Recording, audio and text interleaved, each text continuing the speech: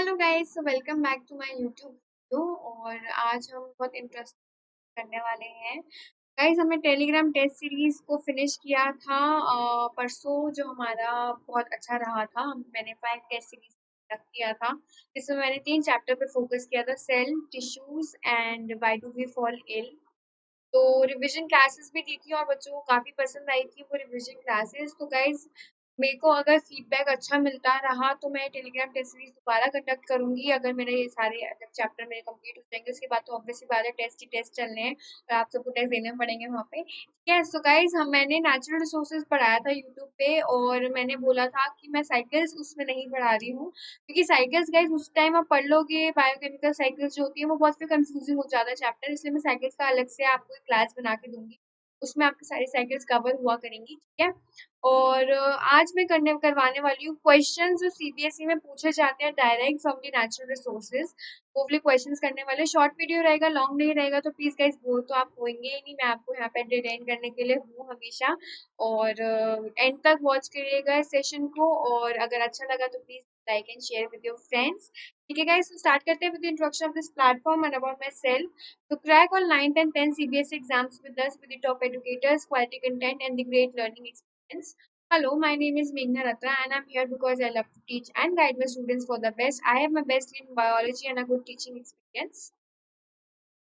Crack CBSE class 9th and 10th with India's largest learning platform. Get the plus subscription and access unlimited live and recorded courses from India's best educators. Guys, यहाँ पे subscription के क्या क्या फायदे हैं, I am going to tell you here. Daily life classes आपको मिलेंगी, structured courses हुआ करेंगे, लाइव टेस्ट एंड क्विजेस होगा, अनलिमिटेड एक्सेस होगा। गाइस, डेली लाइफ क्लासेस में क्या हो रहा है, आपको यहाँ पे हमारे एडुकेटर के साथ चैट कर सकते हो, डिस्कशन पे एंगेज हो सकते हो, प्लस अपने डाउट्स पुट ऑन कर सकते हो। आंसर्स एंड पोल्स भी हुआ करेंगे डेली लाइफ क्लासेस में। ठीक है, स्ट्रक्चर कोर्सेज में ये होगा, आपके जो कोर्सेज होंगे वो स्ट्रक्चर होंगे लाइन में विद योर एग्जाम सिलेबस, जिससे बेस्ट टू बेस्ट वहाँ पे प्रिपेयर कर सको। लाइव टेस्ट एंड क्विजेस में ये होगा गाइस, आपकी प्रिपरेशन को हम एवेल्युएट करेंगे by taking regular mock test और क्विजेस वहाँ पे रहेंगी, जिससे हम आपका पूरा डिटेल एनालिसिस ले सके आपकी परफॉर्मेंस का कि आप कैसे प्रिपेयर कर रहे हो। ठीक है, अनलिमिटेड एक्सेस में ये रहेगा गाइस, एक बार सब्सक्रिप्शन लेने के बाद आप हमारी लाइव वीडियोस का एक्सेस ले सकते हो with any of your device. ठीक है, और आप हमारे लाइव वीडियोस को वहाँ पे रिकॉर्ड भी कर सकते हो। गाइस, यहाँ पे दिख रही होगी आपको टॉप एजुकेटर्स की लिस्ट, जो बहुत ही अच्छे बैकग्राउंड से आते हैं, प्लस इनका टीचिंग एक्सपीरियंस बहुत अच्छा होता है। ठीक है, comprehensive syllabus, we have all the type syllabus like the mathematics, social science, Hindi, science and English. Guys, ये तो मैंने अभी आपसे बात करी कि सब्सक्रिप्शन के क्या क्या फायदे हैं, पर आप सब्सक्रिप्शन को लेना कैसे है इसकी बात कर लेते हैं। So guys, you have to download your Unacademy learning app from the app store और द प्ले स्टोर, जो भी आप रिस्पेक्टिवली फोन यूज कर रहे हो उसके हिसाब से आप ऐप स्टोर या प्ले स्टोर से अनअकैडमी लर्निंग ऐप को डाउनलोड कर सकते हो।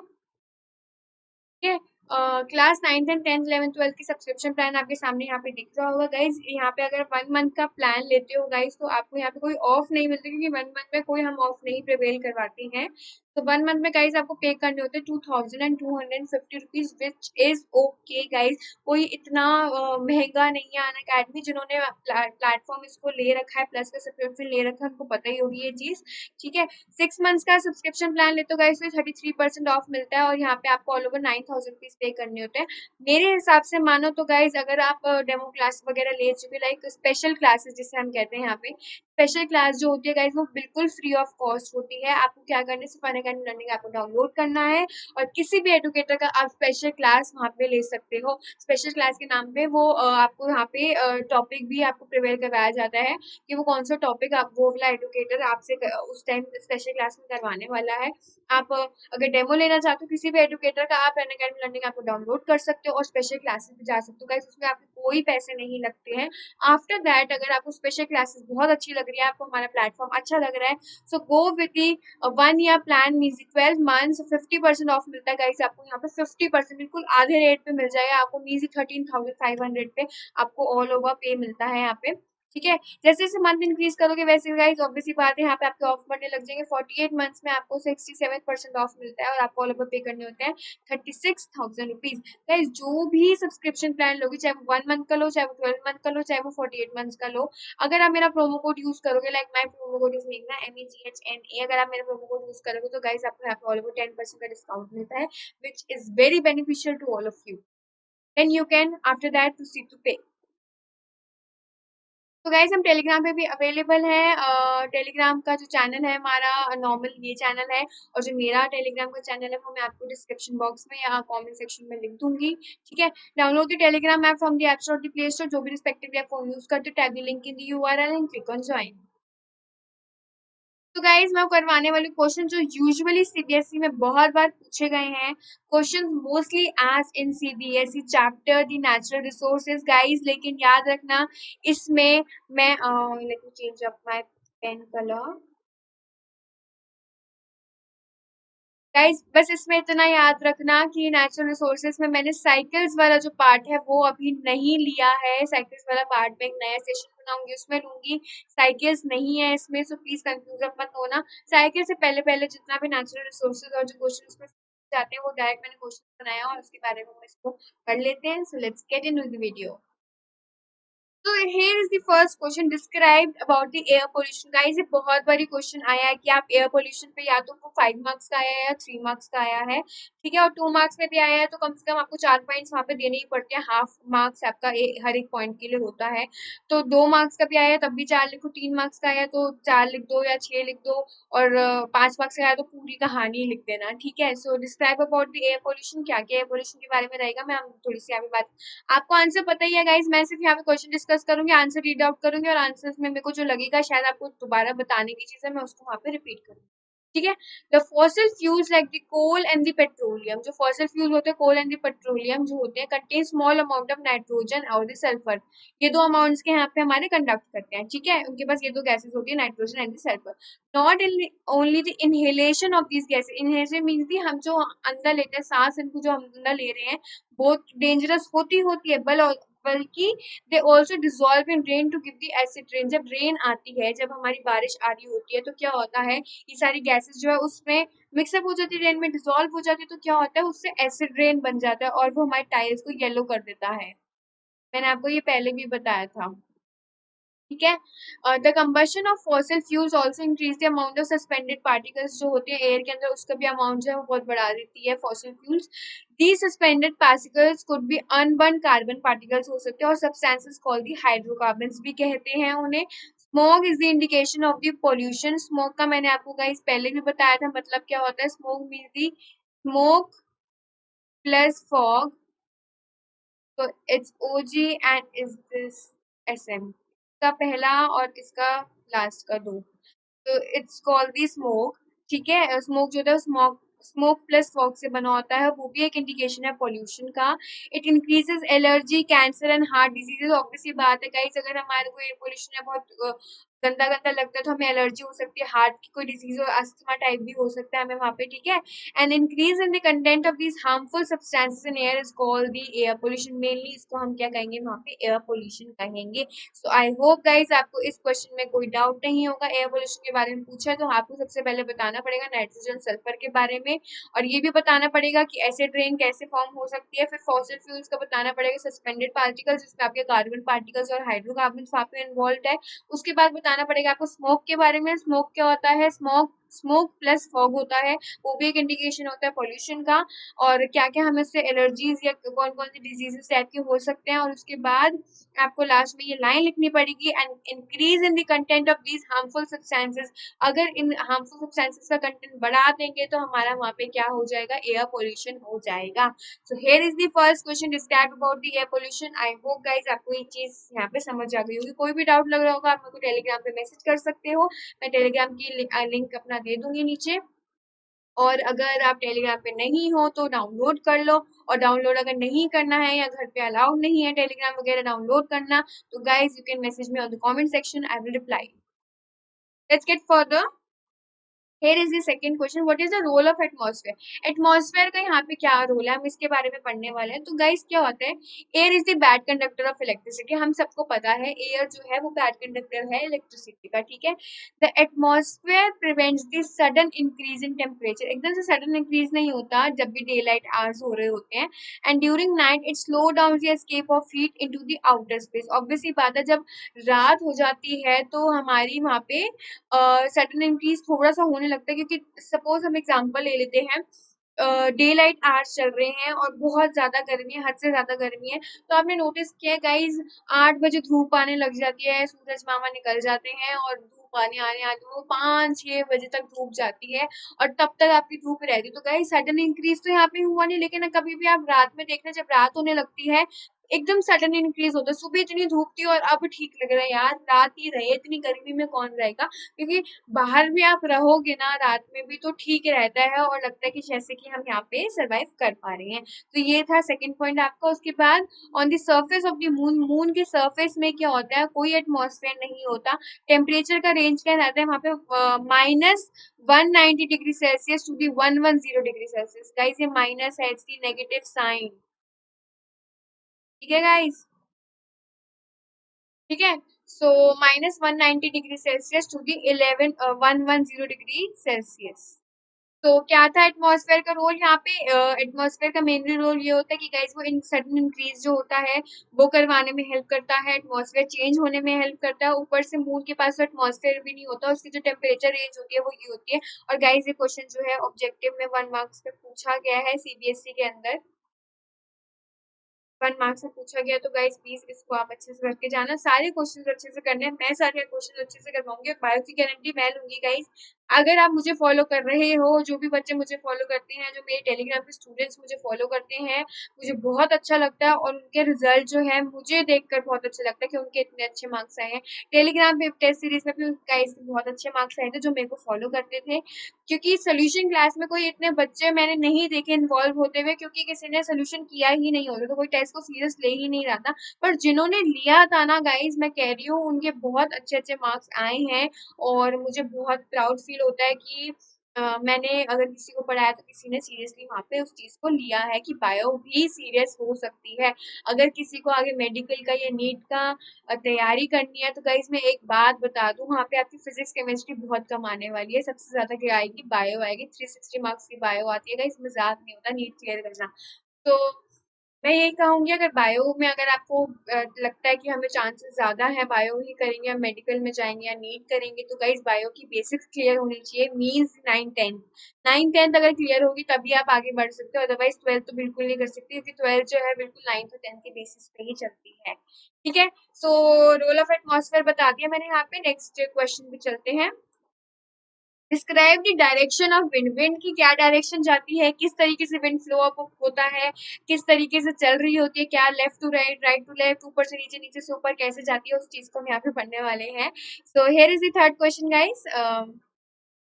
The relief brought by cool breezes after a hot day is wind। Obvious सी बात है गाइस, मैं लू की बात नहीं कर रही, कोई कहेंगे कि गर्म हवा भी तो चलती है तो गाइस उसको लू कहते हैं, ठीक है। बट मैं ठंडी हवा की बात कर रही हूँ कि बहुत गर्मी है और कोई ठंडी सी हवा आ जाए, कितना आराम मिलता है।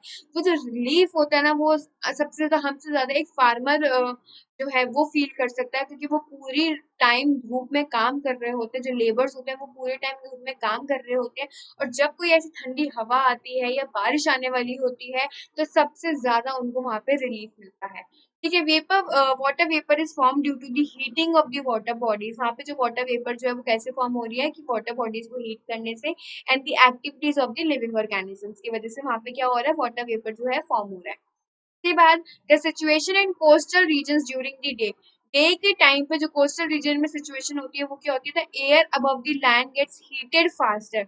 जो एयर होती है लैंड के ऊपर वो जो है बहुत ज्यादा जल्दी गर्म हो जाती है एंड स्टार्ट्स राइजिंग। ऑब्वियस सी बात है यार, अब जमीन, अगर बाहर की जमीन पे पैर रखोगे तो गाइस लैंड तो गर्म ही होगी ना वहां पे, ठीक है।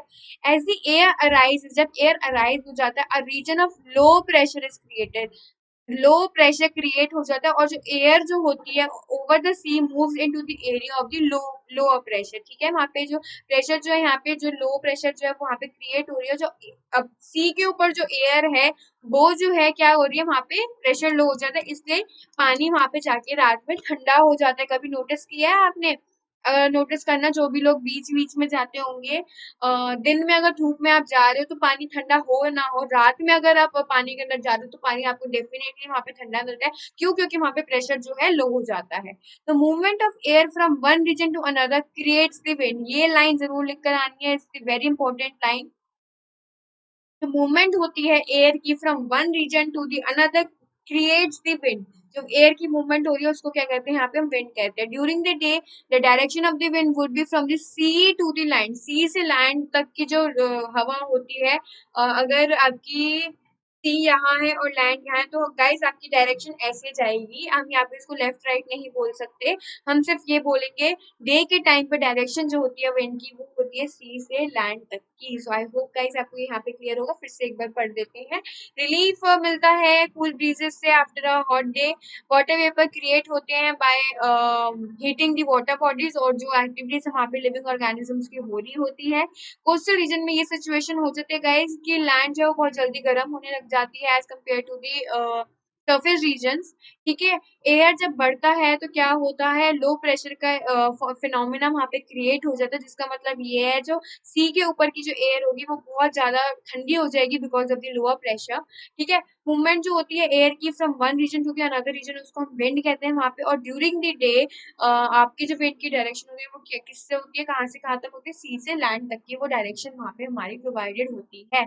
सो हमने यहाँ पे 3 क्वेश्चंस को यहाँ पे हमने कवर अप किया है। और ये गाइस मैंने जितने भी क्वेश्चंस दिए मैंने आई थिंक 6-7 क्वेश्चंस यहाँ पे हैं, और ये सारे के सारे क्वेश्चंस बहुत इंपॉर्टेंट और डेफिनेटली पेपर में आते हैं नेचुरल रिसोर्सेज से उठ के 5 या 3 मार्क्स में। तो प्लीज किसी एक क्वेश्चन को भी मत छोड़ना यहाँ पे, ठीक है। बहुत इजी इजी है गाइस, जो मेरे से नोट्स बना रहे हैं उनको ये लर्न होता भी रहता होगा। उसके बाद आते हैं क्वेश्चन नंबर 4 पे, describe the condition of water in rural areas. Rural areas में क्या कंडीशन है वाटर की, यहाँ पे हम बात कर लेते हैं। अच्छा, water occupies a very large area of the earth surface. Guys हमारा ऑब्वियस ही बात है यहाँ पे मोस्टली इतना पार्ट छोड़ के ये सारा जो है हमारा वाटर है। ठीक है, 70% तो मान लो ये सारा जो है आपका वाटर है पूरा अर्थ सरफेस में। ठीक है,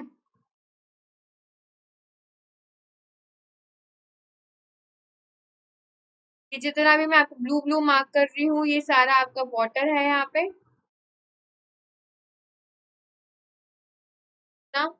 और ये आपके नॉर्मल गैसेस या और भी मतलब गैसेस कह रही हूँ, कोई पार्ट हो गए, नॉर्मल रीजन हो गए, लेकिन जितना भी ये सारा रीजन है ये हमारा क्या है, यहाँ पे हमारा क्या है, वाटर वाटर है यहाँ पे। तो water occupies a very large surface area of the earth surface, obviously हमें ये बात पता ही है।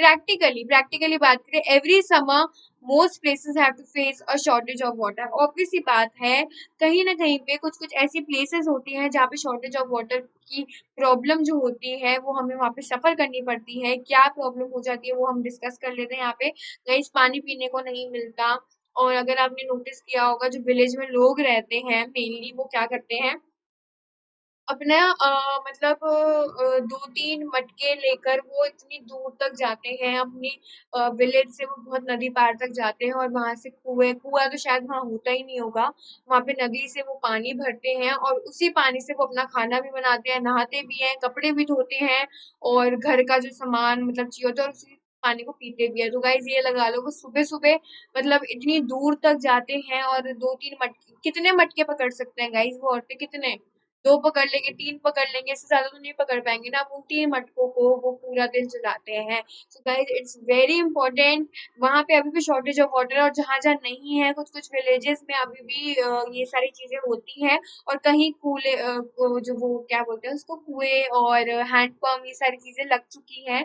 और बहुत अच्छी बात है गाइस, पानी की कमी कहीं नहीं होनी चाहिए, क्योंकि मतलब कुछ सारी चीज़ें गाइस लाइफ में इम्पोर्टेंट होती है, लेकिन ऑक्सीजन भी जैसे बहुत इंपॉर्टेंट है, लेकिन पानी की कमी क्या आप एक दिन भी बिना पानी के रह सकते हो, नहीं रह सकते गाइस। रहे भी लोगे तो रात में लगेगा नहीं यार पानी पी लो, प्लीज पानी पी लो। मतलब हमें कहते हैं ना, हमारी पूरी बॉडी की सिस्टम की पूरी अच्छी फंक्शनिंग के लिए हमें कम से कम 4 से 5 लीटर पानी डेली दिन में पीना चाहिए। तो गाइस क्या वो 4 से 5 लीटर पानी पी सकते होंगे, नहीं पी सकते होंगे गाइस, इतनी दूर तक तो ना लेके जाना पड़ता है। तो ये कंडीशन है रूरल एरियाज के अंदर, और आज भी ये कंडीशन है।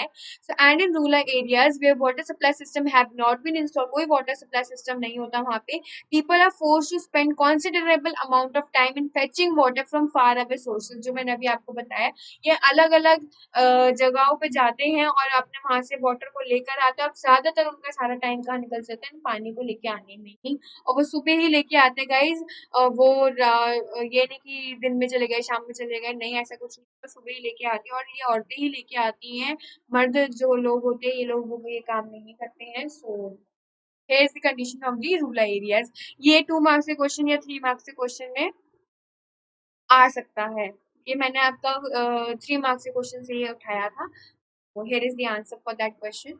उसके बाद चलते हैं, व्हाई वाटर इज नेसेसरी, क्यों पानी जरूरी है। मतलब ये क्वेश्चन मुझे जब मैंने देखा था तो इजी लगा था मुझे काफी, कि नहीं ये क्या बताऊंगी बच्चों को, ये तो पता ही होगा। फिर लगा नहीं यार, अगर मैंने ये नहीं बताया तो शायद बच्चे कुछ अपना पार्ट मिस ना कर दे।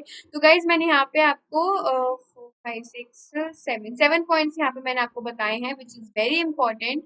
और चाहे 5 मार्क्स का आए या 3 मार्क्स आए, सारे पॉइंट्स लिख के आना, क्योंकि वाटर की नेसेसिटी आप बता रहे, तो गाइज सब कुछ बहुत ज्यादा इंपॉर्टेंट है। Okay, so all cellular processes take place in a water medium. जितनी भी हमारी सेलुलर प्रोसेसेस होती हैं बॉडी के अंदर या बाहर की चीजें, अगर हम काम करें तो हमारे लिए वाटर वहाँ पे बहुत ज्यादा जरूरी है। ठीक है, substances are also transported from one part of the body to the other in the dissolve form में वहाँ पे वाटर की जो है वहाँ पे ट्रांसपोर्टेशन हो रही है। ठीक है, टेरेस्ट्रियल लाइफ फॉर्म्स जो होती है required fresh water for this process, उनको फ्रेश वाटर चाहिए होता है।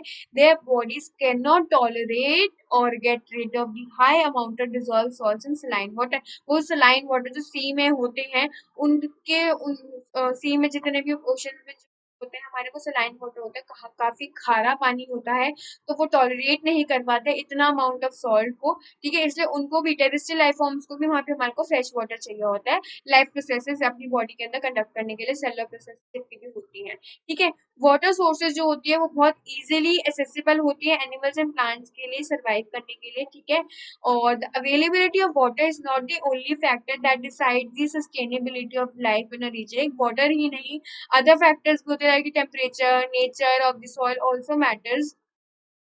मैं ये नहीं कह रही गाइस कि सिर्फ वाटर ही नेसेसिटी है हमें, ऑब्वियसली बात है। अगर आप हद से ज्यादा, सूरज जितना गर्म है, अगर वो सूरज के साथ वाला आपको घर दे दे, कि आप वहां सर्वाइव कर पाओगे? नहीं कर पाओगे ना। तो टेम्परेचर मैटर करता है वहां पे, आपका गैस मैटर करती है, अगर ऑक्सीजन है नहीं है, ऑक्सीजन नहीं होगा तो हम ब्रीथ कैसे करेंगे। तो गाइस हर एक चीज जो है वो अपने रिस्पेक्ट में बहुत इंपॉर्टेंट है। जैसे ये 5 उंगलियां हैं, अगर ये उंगली, एक छोटी उंगली भी आपकी चली जाती है, आप 4 उंगली से क्या प्रॉपर चीज पकड़ पाओगे? जो एक अंगूठा काम कर सकता है ना, वो ये 4 उंगलियां काम नहीं कर सकती हैं। ठीक है, ये 3 चली गई आपकी, तो इन 2 से आप एटलीस्ट पकड़ तो सकते हो ना चीज को, किसी भी चीज को। लेकिन अगर अंगूठा ही चला गया तो क्या आप खाली कैसे पकड़ोगे? तो ये चीज होती है कि हमें सबकी इम्पोर्टेंस जो है उसी वक्त कर लेनी चाहिए। अगर ये एक भी चीज चली गई या चला गया, कुछ भी चला गया इसमें से, तो ये हाथ जो है वो यूजलेस हो जाएगा। सो गाइस ये जो है पॉइंट जो लाइफ में भी इसको अप्लाई करना, सबकी रिस्पेक्ट करना, सबकी इज्जत करना, और किसी को भी डिमोटिवेट मत करने देना। ठीक है, so other factors like temperature and nature of the soil also matters. Water is one of the major resources which determines the life on the land.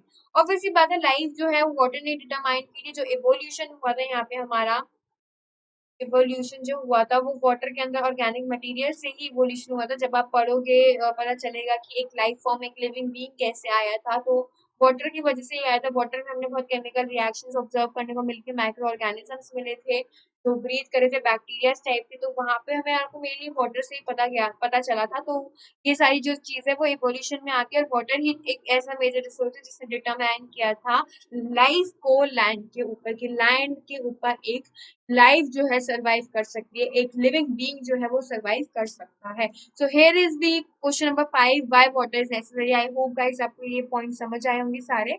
7 points है, 3 मार्क्स के क्वेश्चन में आएगा तो कोई भी 6 पॉइंट्स लिख देना, 2 मार्क्स में आएगा तो 4 पॉइंट्स लिख देना, और 5 मार्क्स में आएगा तो सारे के सारे 7 पॉइंट्स यहाँ पे आप लिख देना। So why water is necessary, I hope आपको ये चीज यहाँ पे समझ आएगी।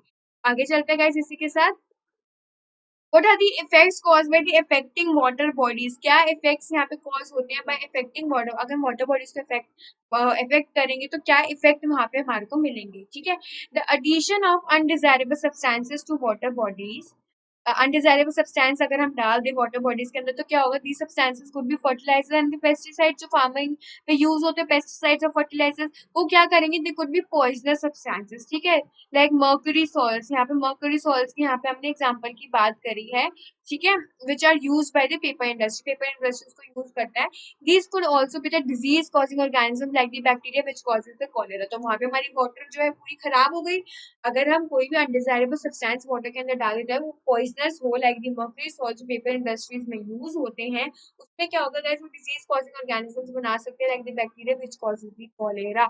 हमारी वहां पे पूरी वाटर बॉडी जो होगी, जो नदी होगी वहां पे, वो सारी जो है खराब हो जाएगी अगर तुम अनडिजायरेबल चीजें पानी के अंदर डालोगे। Okay, the removal of undesirable substances from water body, dissolved oxygen is used by the animals and plants that live in the water। Obviously पता है dissolved oxygen वहां पे यूज होता है, और any change that reduces the amount of this dissolved oxygen, अगर उस dissolved oxygen का अमाउंट जो है वो रिड्यूस हो रहा है, वो ज्यादातर इफेक्ट करेगा हमारे एक्वेटिक प्लांट्स को, aquatic animals को, aquatic plants को, we can say the aquatic organisms, क्योंकि हम यहाँ पे plants और animals दोनों की बात करें। So other nutrients could also be depleted from the water bodies। वहाँ पे सारे जो nutrients होते हैं वो भी वहाँ पे डिप्लीट मीन्स खत्म हो जाएंगे। ठीक है, खत्म हो जाएंगे, वहां पे डिप्लीशन हो जाएगा वहां पे वाटर बॉडीज के अंदर से, किसका, न्यूट्रिएंट्स का।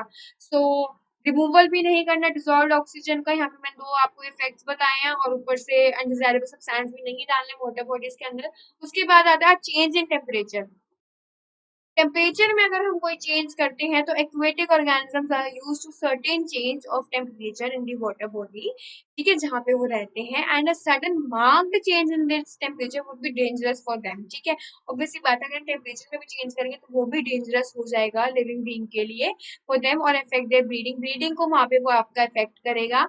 The eggs in the larva of various animals are particularly susceptible to temperature ranges. वहाँ पे टेम्परेचर रेंजेस पे डिपेंड करता है, एग वहाँ पे होना चाहिए, लार्वा वहाँ होना चाहिए एनिमल्स का, या नहीं होना चाहिए। ठीक है, तो temperature is also good effect. अगर हम बात करें यहाँ पे कि हम एक इफेक्ट की बात करें तो इट्स अ गुड इफेक्ट, यहाँ पे आप ये क्लियर पॉइंट यहाँ पे आप लिख सकते हो।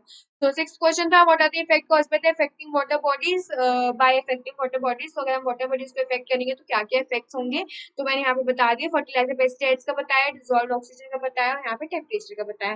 तो सेवेंथ क्वेश्चन की बात करते हैं, what are the factors that make soil. Soil कैसे बनता है, कौन से फैक्टर है यहाँ पे। तो सबसे पहले हम बात करेंगे सन की, फिर बात करेंगे वाटर की, और फिर बात करेंगे विंड की, फिर बात करेंगे लिविंग ऑर्गेनिजम्स की। तो सन में क्या होता है गाइस, सन में होता है the sun heats up rocks during the day so they expand. Obviously बात है, सन जो है वो रॉक्स को हीट अप करता है। नाइट में क्या होता है, दीज रॉक्स कूल कूल हो जाती है डाउन और कॉन्ट्रैक्ट होने लग जाती है। Since all the parts of the rocks do not expand and contract at the same time, क्या होता है, उससे क्रैक्स का फॉर्मेशन होने लग जाता है, रॉक में क्रैक आने लग जाते हैं। ठीक है, ultimately the huge rock breaks up into a small pieces. Crack आने लगी, धीरे धीरे वो रॉक जो है वो स्मॉलर पीसेस में वहां पे टूट जाएगी। इसलिए सन से भी हमारा सॉइल बन सकता है। कैसे वो बनेगा वो मैं आगे आपको वाटर में बताती हूँ। वाटर में क्या करते हैं, it helps in the formation of soil in two ways. Two ways में कैसे बनाएगा, one, water could get into the cracks, जब वाटर क्रैक्स के अंदर जाएगा रॉक्स के अंदर, अनइवन हीटिंग की वजह से वो उसके अंदर रह जाएगा। उसके बाद क्या होगा, जब बाद में वाटर फ्रीज होगा, जब कूलर रीजन हो जाएगा और वाटर फ्रीज होगा, तो क्या होगा, it would cause the cracks to wide and cracks को बड़ा करेगा। अब क्या होगा, two, flowing water bears away even hard rocks over long period of time. ठीक है, fast flowing water often creates a big and small particles of rock downstream। अब कैसे क्या होता है गाइस, पहले मैंने बताया कि यहाँ पे सन ने क्या करा था, सन क्या कर रहा था, आपके रॉक को एक्सपैंड कर रहा था, क्रैक्स आ रहे थे रॉक्स के अंदर, ठीक है, हीटिंग की वजह से। उसके बाद वाटर अगर उस क्रैक्स के अंदर से जाता है तो पानी वहां थोड़ा बहुत रह जाता होगा। लेटर नाइट में जब कूलर रीजन आ जाते हैं और जब पानी फ्रीज होने लगता है, जो अंदर का जो रॉक के अंदर जो पानी होगा, ऐसे ये रॉक है और ये रॉक के अंदर ये पानी है, ठीक है, ये फ्रीज होने लग गया, फ्रीज हुआ तो इसने रॉक को एक्सपैंड किया, क्रैक होने वाला, तो यहाँ पे ये क्रैक हो जाएगा, वहां से भी सॉइल बन जाएगा। दो वे से वाटर से बन सकता है। और दूसरी बात, जब बहुत ज्यादा फ्लोइंग वाटर हो रहा है तो रॉक जो है वो ऊपर से नीचे गिरेंगे, जब रॉक गिरेंगे तो वो दूसरे रॉक से टकराएंगे, रब होंगे, और रब होके वो फिर टूटेंगे। ठीक है, these rocks rub against other rocks and the resultant abrasion causes, जो abrasion वहाँ पे collision जो होगा वहाँ पे causes the rocks to bear down into smaller and smaller particles। तो हमारे यहाँ पे टू वे से बन सकते हैं वाटर से रॉक्स, और सन से हमने कैसे बनाया है यहाँ पे। तो रॉक अगर दो पीसेस वाटर है तो गाइस वहां से सॉइल भी बन सकता है, और क्रस्ट फॉर्म में सॉइल हमारा वहां पे बन सकता है। विंड में in a process similar to the way in which water rubs against rocks, ऐसे ही होता है, and bears them down. Strong winds also erode rocks down. Obviously बात है, अगर तूफान वगैरह चलेगा तो रॉक्स को वो भी नीचे गिराएंगे और वहां पे फिर रब होएगा, कोलिजन होगा, एब्रेशन होगा, और फिर वहां पे हमारे रॉक जो है टूटेंगे। The wind also carry sand. Sand को वो जो विंड जो है, ऑब्वियसली बात है, कोई मिट्टी जो है इधर से उधर भी तो फ्लो करती है ना हवा के साथ, तो sand wind also carries sand from one region to the other like the water does. तो ये था हमारा विंड का, और विंड भी हमारे को यहाँ पे सॉइल बनाने में हेल्प करती है। उसके बाद लिविंग ऑर्गेनिजम्स की बात करते हैं। लाइकन्स में आते हैं, लिविंग ऑर्गेनिज्म में आते हैं लाइकन। लाइकन जो होते हैं वो सरफेस के रीजन पे ग्रो करते हैं, ठीक है। Lichen grow on the surface of the rocks.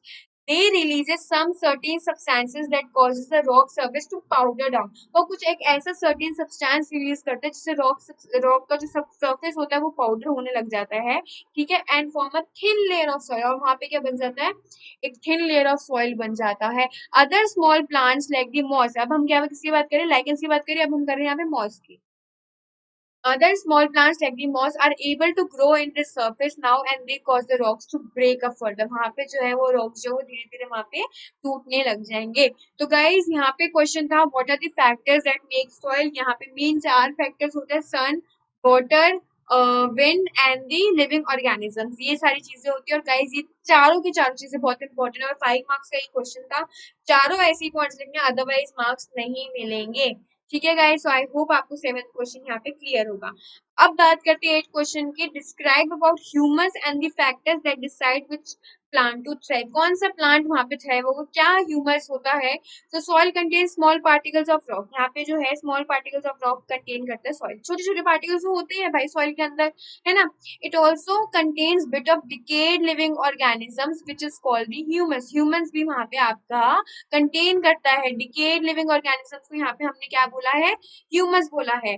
It also contains various amount of microscopic life. यहाँ पे जो है माइक्रोस्कोपिक लाइफ भी होती है वहां पे। The type of soil is decided by the average size of the particles. एक सॉइल का जो टाइप होता है वो डिसाइड कर पाता है कि एवरेज साइज क्या होगा पार्टिकल्स का वहां पे, और क्वालिटी क्या होगी उस सॉइल की, वो क्या कौन डिसाइड करता है कि उसके अंदर कितना अमाउंट ऑफ ह्यूमस प्रेजेंट है। गाइस ध्यान से सुनना, सॉइल क्या है, टाइप ऑफ सॉइल जो है वो डिसाइड करती है, वो कैसे डिसाइड होती है, एवरेज साइज ऑफ पार्टिकल से। और क्वालिटी ऑफ द सॉइल कैसे डिसाइड होती है, कि उसके अंदर कितना अमाउंट में ह्यूमस प्रेजेंट है, ठीक है। तो question point number 4 is very important. So guys इस पॉइंट को कभी मिस मत करना, चाहे वो 2 मार्क्स का क्वेश्चन है, चाहे वो 3 का, चाहे वो 5 का। Okay, humus is a major factor in deciding the soil structure. Soil structure decide करने में ह्यूमस जो है बहुत ही मेजर फैक्टर है, because it causes the soil to become more porous. Soil को वो पोरस बना देता है, and allows water and air to penetrate deep underground. Water और एयर को वहां पे पेनिट्रेट करने में वो हेल्प करता है, ठीक है, ह्यूमस हेल्प करता है। तो न्यूट्रिएंट कंटेंट, जो न्यूट्रिएंट कंटेंट होता है उसके अंदर, द अमाउंट ऑफ ह्यूमस जो प्रेजेंट होता है, और जो डेप्थ ऑफ द सॉइल, ये 3 फैक्टर्स होते हैं जो डिसाइड करते हैं कौन सा प्लांट उसके ऊपर थ्राइव होना चाहिए, मतलब उगना चाहिए, कौन सा प्लांट उस लैंड के अंदर या उस सरफेस के ऊपर ग्रो करना चाहिए, कि उसके अंदर कितना अमाउंट का ह्यूमस है, कितना न्यूट्रिएंट कंटेंट है, और डेप्थ ऑफ द सॉइल कितनी नीचे तक है, मतलब रूट्स कहाँ कहाँ तक जा सकती है। सो these 3 factors decide which plant will thrive on that soil। So I hope आपको ये क्वेश्चन समझ आया होगा। Describe about humus and the factors that decide which plants to thrive. तो सॉइल पार्टिकल्स डिसाइड करते हैं, उसके अंदर रॉक होते हैं स्मॉल स्मॉल पार्टिकल्स में, ठीक है। क्या करते हैं, डेड और डिकेइंग और लिविंग ऑर्गेनिज्म होते हैं जिसको हम ह्यूमस कहते हैं। It also contains various type of microscopic lifes भी होती हैं। और टाइप ऑफ सॉइल जो है वो किससे डिसाइड होता है, average size of the particle से। और क्वालिटी ऑफ द सॉइल किससे डिसाइड होता है, अमाउंट ऑफ ह्यूमस उसके अंदर कितना प्रेजेंट है। ह्यूमस जो एक मेजर फैक्टर है डिसाइड करने के लिए सॉइल स्ट्रक्चर कैसा होना चाहिए उसका, क्यों, क्योंकि it causes the soil to become more porous, बहुत पोरस बन जाता है सॉइल, और अलाउ करता है वाटर को और एयर को कि उसके अंदर से वो पेनिट्रेट कर सके, मतलब कि उसके अंदर से अंडरग्राउंड डीप अंडरग्राउंड तक जा सके। और nutrient content, amount of humus and the depth of soil, ये 3 मेजर पॉइंट्स होते हैं जो डिसाइड करते हैं कौन सा प्लांट इसके अंदर उगना चाहिए, कौन सा प्लांट इसके ऊपर थ्राइव करना चाहिए ऑन दैट पर्टिकुलर सॉइल। तो आई होप आपको 8 क्वेश्चन यहाँ पे क्लियर होगा। गाइज यही था, कोई ज्यादा क्वेश्चंस नहीं थे, 8 क्वेश्चंस यहाँ पे इन्वॉल्व थे यहाँ पे नेचुरल रिसोर्सेज में, जिसमें से साइकिल्स जो है अभी इंक्लूडेड नहीं है, साइकिल्स यहाँ नहीं है इंक्लूडेड। तो प्लीज आप कंफ्यूज मत होना। तो thank you guys for watching up my video. I hope आपको मेरी वीडियो अच्छी लगी होगी। Please guys hit the bell icon for notification. Comment करके बताना कैसा लगा, फीडबैक देना, and join our telegram group for the latest updates on our upcoming video. Thank you guys for watching it. Bye bye guys, and let's crack it.